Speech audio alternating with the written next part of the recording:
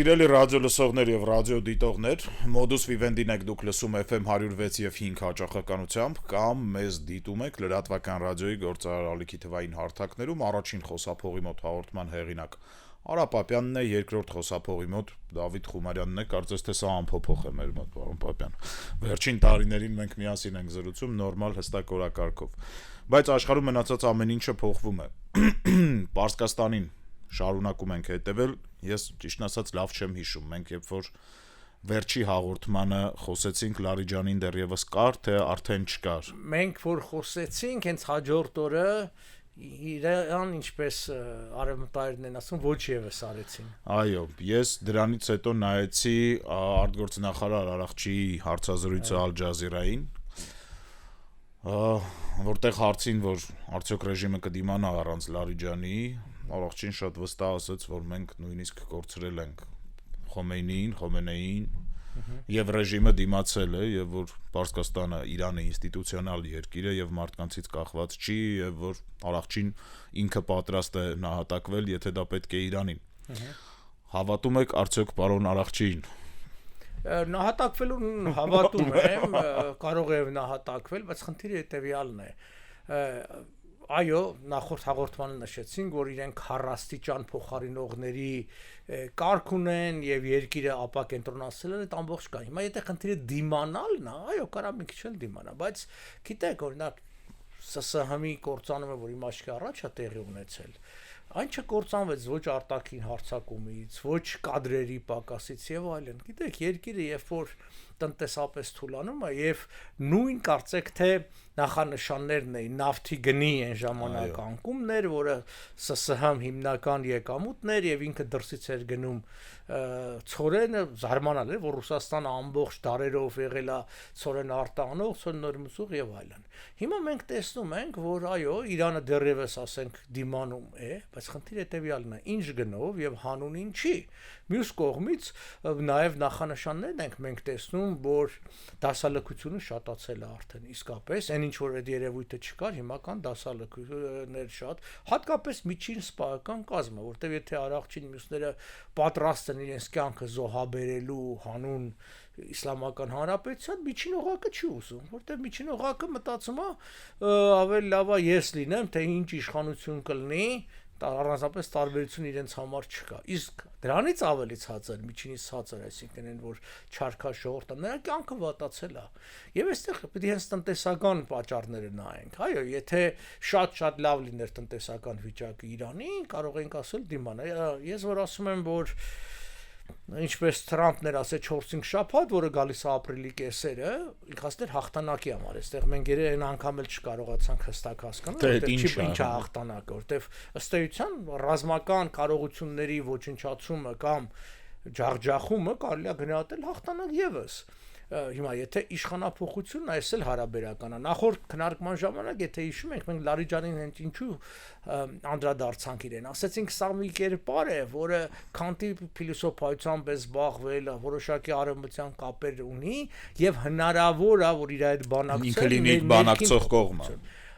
Կարծեք թե Իսրայելը մեզ լսում էր եւ արագ ոչնչացեց։ Ինչու, որպեսզի փակի Միացյալ Նահանգների հնարավորությունները ինչ որ համաձայնության գալու եւ հետ կանգնելու այս պատերազմը մինչեւ այսպես ասած հաղթական ավարտ հասցնելու, որովհետեւ Իսրայելի նպատակները ուրիշ են, Միացյալ Նահանգները ուրիշ։ Միացյալ Նահանգները կարող է քչով բավարարվել առանց իշխանափոխության, եթե Թրամփը լավ կարողանա փաթեթավորի եւ սա հաղթանակ ներկայացնի, եթե ասի եկեք պայմանավորվենք, ինչ է լինի, մենք պարտված չենք։ Բանը հիմա կընդունի ամերիկյան ժողովուրդը դա թե չէ, ուրիշ հարց է։ Բայց պատմության տալի որ որոշ տեղեր այդ գաղափարախոսությունն անցնում է։ Իսրայելի համար դժվար է, հատկապես Նեթանյահուի համար դժվար է։ Գիտեք, ինքը այնտեղ խնդիր ունի իր նկատմամբ դատական գործերը, իդեպ ես այն օրը լուր կարդացի, որ այն դատավորը իրավոր գործերով զբաղվում վթարից մահացել է։ Բառացիորեն օրերս։ Այո։ Էլի, շատ տարօրինակ այո, մի տարօրինակ մահեր է լինում, այսինքն եւ այլն, այսինքն կա ներքաղաքական պատճառներ Իսրայելի ներսում եւ նաեւ արտաքին քաղաքական պատճառներ, որը մենք հասկանում ենք։ Այնպես որ ես էլի մնում եմ այն տեսակետին, որ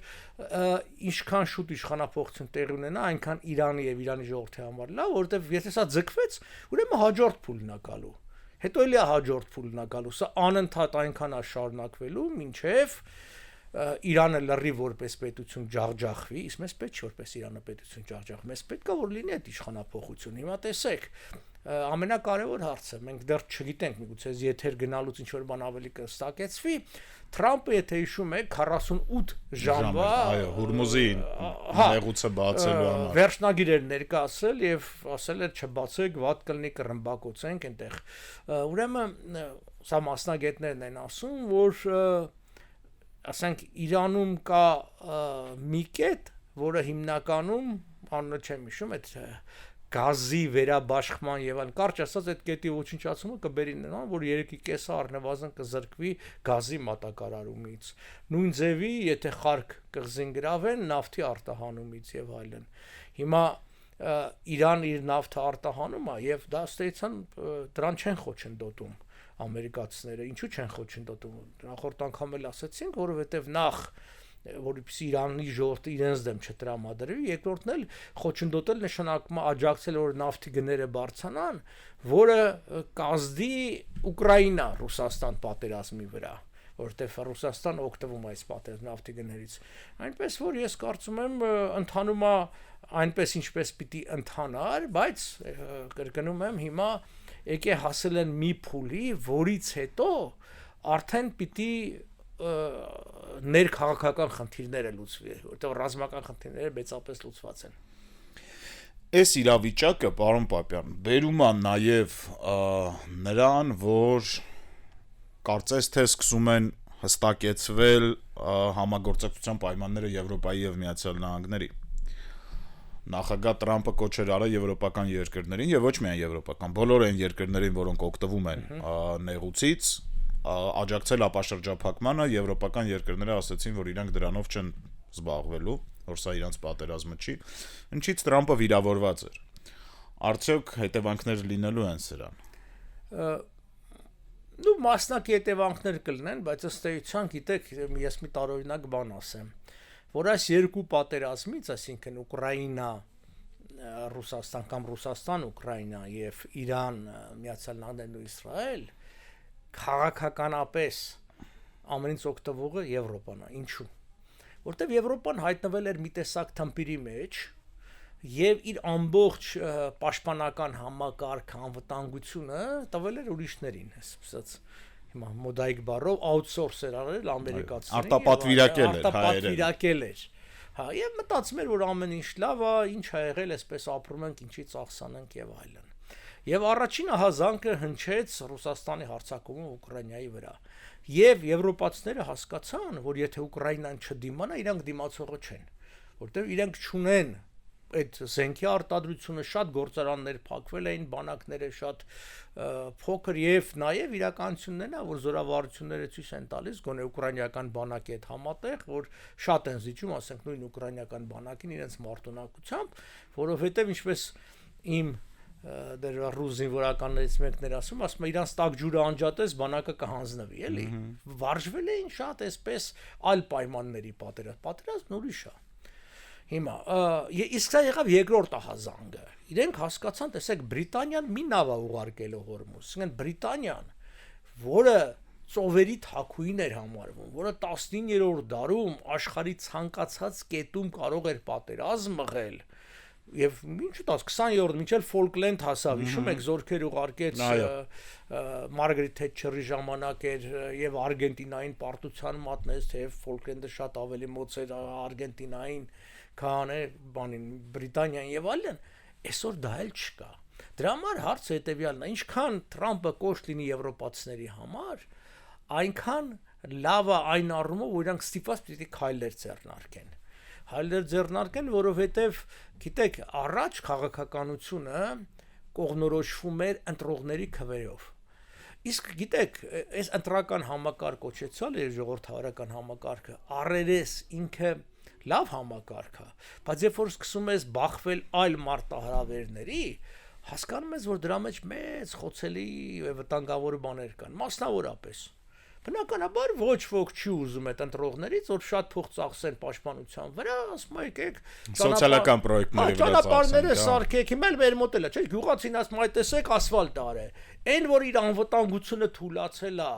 այն որ իր զավակի կյանքը հարցականի տակ է, դա նկատելի չի, այսինքն դա մինչև չլինի չես տեսնում։ Իսկ ասֆալտը տեսնում ես, չգիտեմ, հիմա որ բժշկական, առողջապահական, կրթական ամեն տեղ այցև ժողովուրդը բնականա դա է եւ համոզել որ ասենք բյուջեի մեջ մեծ գումարներ հատկացվում մենակ այն դեպքում է երբ որ դու կամ ունես վտանգ այսպես առերես օրինակ համար Լեհաստանի պարագամի ասում ես տեսեք մյուսնա կամ ասում ես դե գիտեք ինչա մեր գործընկերը ստրատեգիական չգիտեմ ղեկավարը մեզ չի պաշտպանելու եւ նաեւ եկեք որ հարաբերություններ չվատացնենք իր այդ մեզ պետք է որովհետեւ մեր առևտրի ասենք պատկերացրեք կանադայի նման երկիր որի 84-86% Միացյալ Նահանգների հետ բան ինչքան էլ հա հասկանում են որ Թրամփը հաճախ անհետ բաներ է ասում այդ ինչ մեկ չամ նա սկզբում որ կանադան միանա չգիտեմ ես կոմեն բայց այնուհանդերձ դուք դի հաշվի առնես ուզում եմ ասեմ սա բերելու է չեմ ասի վերազարթոնքի կարող եմ ասեմ քնից արտնացման թե հետո ինչ քայլեր կանեն ուրիշ է բայց ամեն դեպքում իրանք արտնացան Քանի որ Եվրոպայի մասին խոսեցինք պարոն Պապյան մի փոքր էլ մեր մասին խոսենք Եվրոպացի լուրջ պաշտոնյա էր Հայաստանում երեք այսօր կասը հա կաս ճիշտ եմ ասում ազգանունը այո Եվրոինտեգրման պատնոյև լայնացման պատասխանատունը Եվրոմիության հանրային հեռուստաընկերությանը հարցազրույց է տվել տպավորություն կա որ այնտեղ մեզ շատ են սպասում պարոն Պապյան ոնց եք դուք տեսնում իրավիճակը ես տեսնում եմ սա հերթական քարոզչական քայլ որովհետև գիտեք ի վերջո Եվրամիության անդամակցությունը ունի տարբեր չափորոշիչներ որոնցից մեկը այսպես ասած կոպենհագենյան չափորոշիչներն են որը որոշակի տնտեսական, իրավական եւ այլն պահանջներ է դնում։ Այսինքն մենք շատ հեռու ենք դրանցից։ Հիշեցնեմ ձեզ, որ դեռ որ Եվրոմիությունն էլ չէր կոչվում, Թուրքիան 61 թվականին դիմել միանալու եվրոպական համայնքին եւ առ այսօր չի կարողանում իրականացնել այդ։ Հիմա գիտես, մեզ կարող է սպասացնել եւ միշտ էլ այդպես է։ Կտրուկ չեն մերժում որևէ մեկին։ Գիտեք, սովետի ժամանակ մի հատ խաղ կար կոչվում էր սպորտ լոտո։ Դա շահումաներով խաղ էր պետության հետ։ Պետությունը այնպես էր անում, որ դու անընդհատ ինչ որ մոտ լինես շահելուն, բայց չշահես։ Բայց միշտ մոտ լինես, քեզ թվա հեսա, հեսա, գիտես, մի գիծել, մի բանել բան։ Հիմա այդ ծև են անում։ Նայեք, մենք Եվրոմիության համապատասխան որևէ բանով չենք համապատասխանում եւ գնալով անկում ենք ապրում։ Մարդու իրավունքներով անկում ենք ապրում, նույն ակադեմիական եւ այլն։ Հիմա նաեւ անվտանգային խնդիրներ կա։ Դու չես կարող Եվրոմիության անդամ լինել, անդամակցելով Եվրոմիության, չասենք թշնամի, գոնե հակառակորդ միության այդ անդամներին։ Չի լինում։ Մենք եւ տեսանք, որ դա այդքան հեշտ չի, եկել էր, խոսացել էր, ասել սպասում ենք, հա լավ, այլի կսպասեն, էլի բան կան, այդքան հեշտ չի։ Այ եթե 8 տարի հետևողական քաղաքականություն իրականացներ Հայաստանը, որը չի արել, պատրաստելու մենք մոտ կլինենք, էլի չենք լինի։ Անդամ, բայց մենք մոտ կլինենք, այդտեղ ես ընդհանրապես Փաշինյանի հետ համաձայն չեմ լինում, բայց այդ իր մի հղումը, որ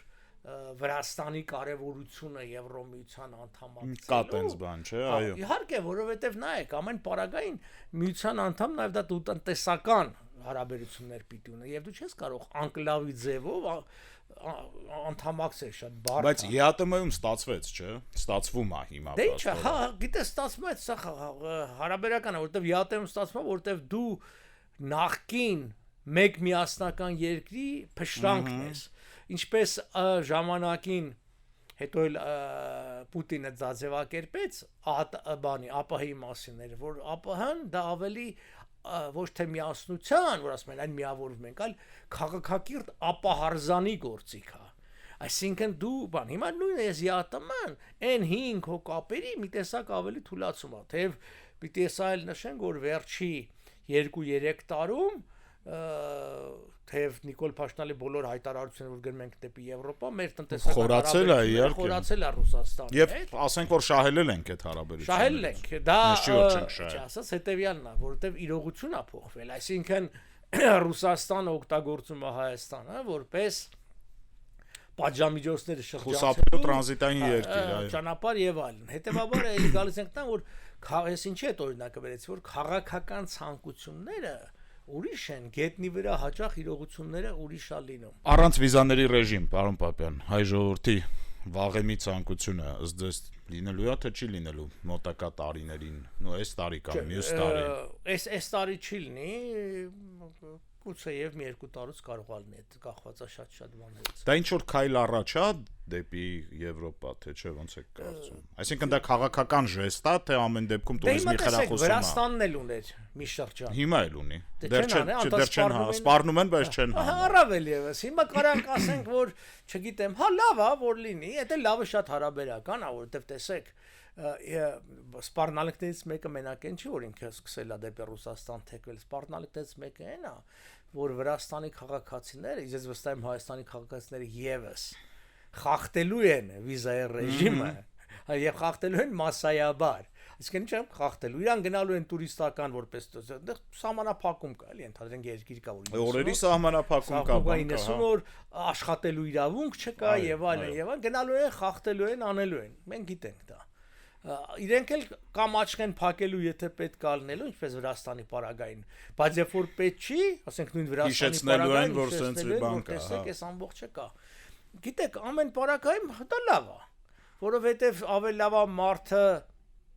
ոնց ասած գնա տենա հասկանա, որտեվ կա նաև չափազանցված եւ ոչ ճիշտ պատկերացում շատերի մոտ այդ նույն Եվրոպայի եւ Արևմուտքի մասին, որտեվ միշտ գիտեք հաջողության պատմություններն են մարդկանց ականջների վրա նստում, այս ինչը գնաց, բան տեսեք, այս ինչ հասկանալի է, բանա, բայց որ շատերը ձախողել են կամ իր այդ նույն դժվարությունները այնտեղ բնական է, եւ այստեղ ուրիշ խնդիր կա, ես շատ եմ նման մարդկանց հետ շփվել, որոնք հայաստանցի են, ապրում են դրսում, հաջողությունների են հասել եւ այդ մարդիկ կոնկրետ տնտեսական խնդիր ու բողոք չունեն, բայց արդեն այդ պարագան երբ որ ոնց ասած ապահովում ասում ոչ միայն հացիվ, երբ որ հացի խնդիրը լուծում են,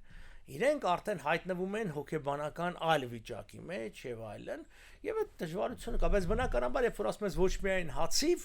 ամեն պարագայում նախ եւ առաջ հացիվն է, հետո էլի ոչ միայն, ուրեմն այդ հացը կա որ լինի ոչ միայն։ Դա համար ինչքան մեր երկրի վիճակը բարելավվի տնտեսական առումով եւ նաեւ արտաքին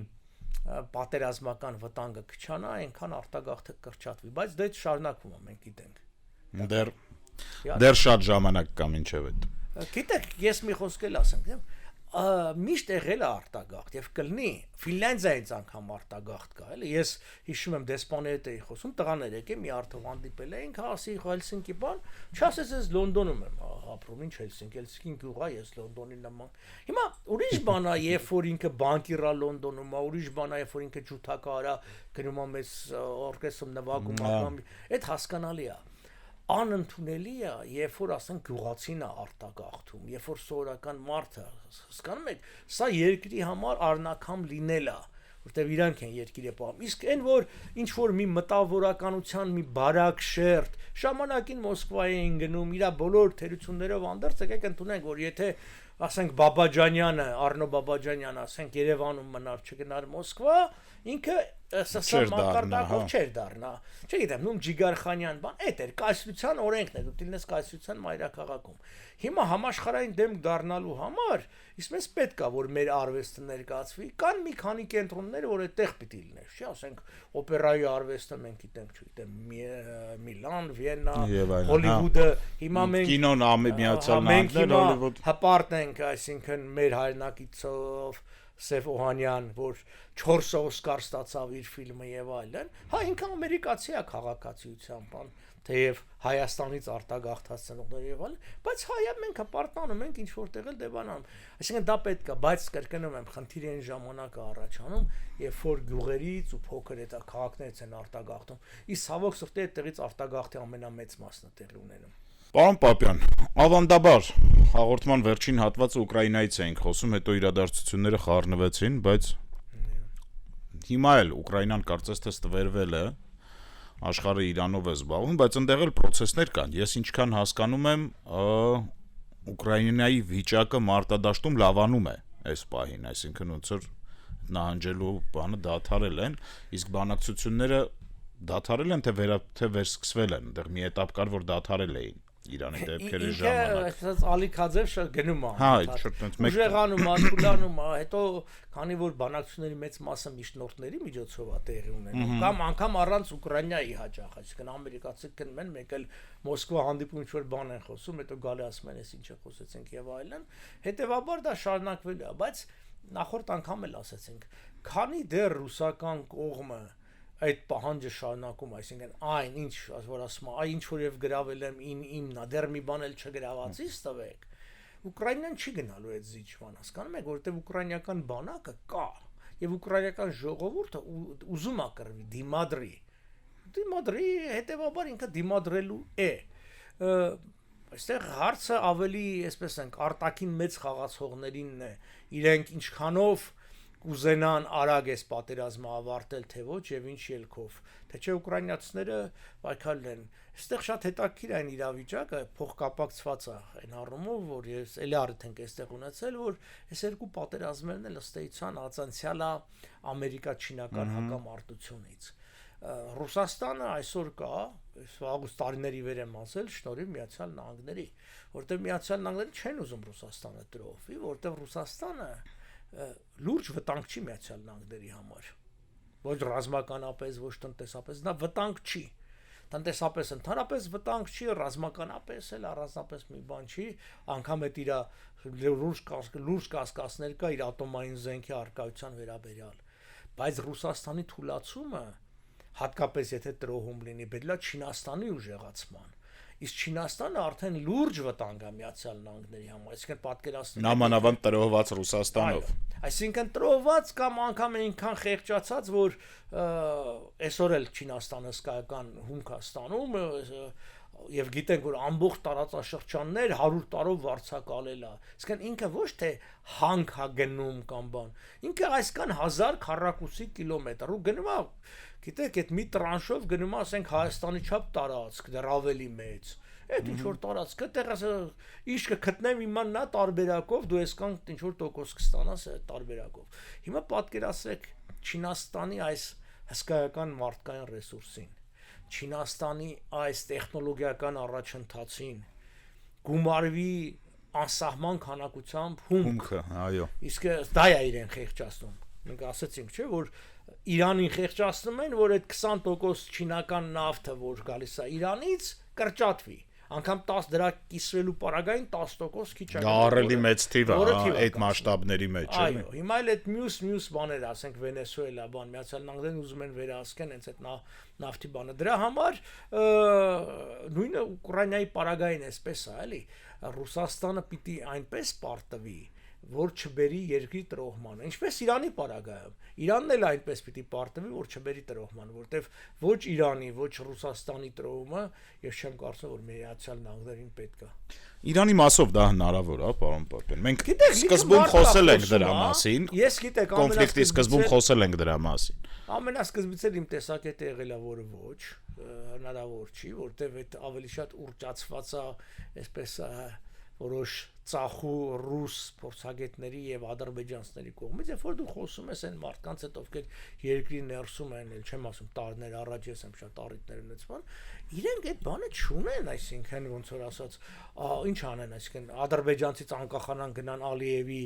էմիրությանը միանան, իրանց ինչին է պետք, այսինքն եւ իմ դեպ ասեմ, այն ժողովուրդը, որ ապրում է Իրանին,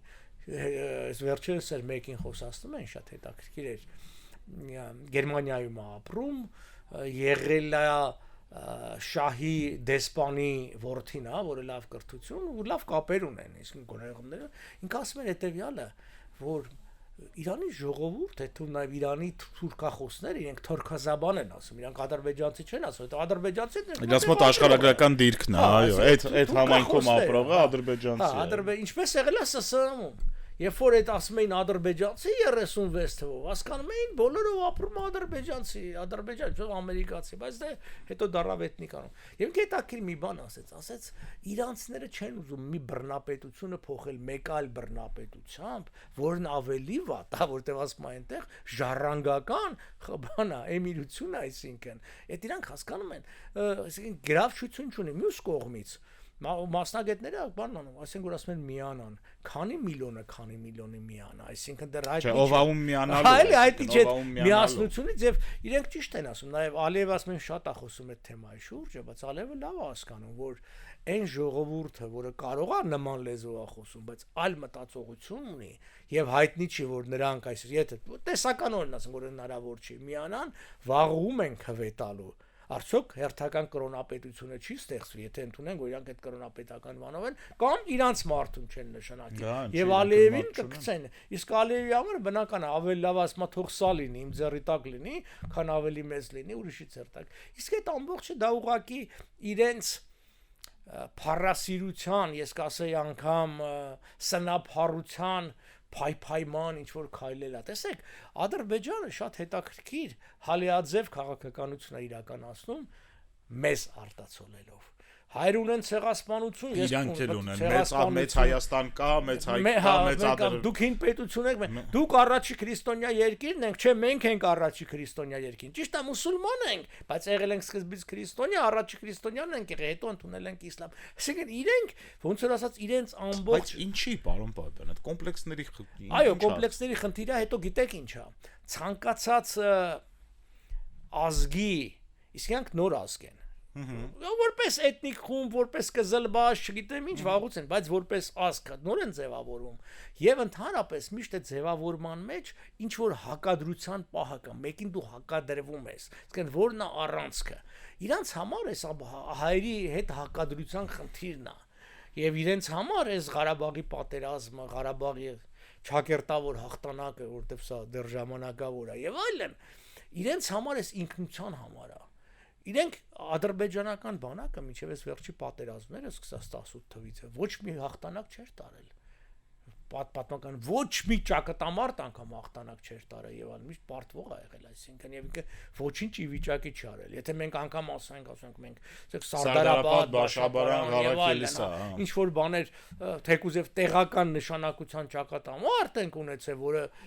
ազդել է նաեւ անգամ մինչև իսկ առաջի համաշխարհային պատերազմի եւ մասնակցել ենք եւ հաղթող երկրների մեջ ենք եղել։ Մենք Սևրի պայմանագիր ենք ստորագրել, որ մարդիկ չեն պատկերացնում։ Դու հաղթող երկիր Օսմանյան կայսրությունը Թուրքիան քո առաջ կապիտուլյացիա վելա, այսինքն դրա կարևորություն չեն հասկանում։ Ադրբեջանը նման բան չի ունեցել։ Դրա համար հիմա իրենց համար այսպես հակադրվելու բանով է եւ